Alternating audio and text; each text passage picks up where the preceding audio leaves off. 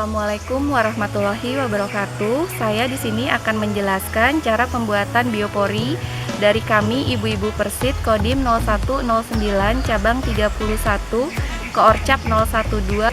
Di sini kami akan menyiapkan pipa dengan panjang 20 cm dan lebar diameter 10 cm seperti ini.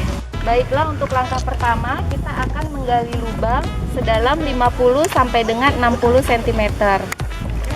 Untuk penggalian tanah kita usahakan di kontur tanah yang cekung seperti contoh pada gambar. Di sini yang batas kuning ini menunjukkan ukuran pipa ke atas 20 cm, kemudian ukuran 80 sampai dengan 100 cm itu untuk lubang biopori. Dan 10 cm ukuran diameter, jadi nanti pipahnya masuk ke dalam lubang dan sampahnya akan tertanam di bawah. Baiklah ibu-ibu, inilah contoh pipa biopori yang sudah ditanam di permukaan.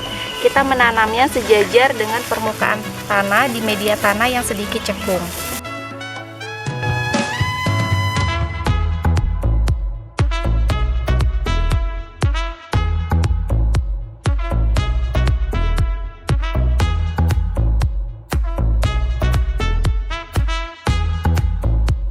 Baiklah ibu-ibu, sekian pembuatan lubang biopori dari kami ibu-ibu Persit Kodim 0109 cabang 31 Koorcap Rem 012.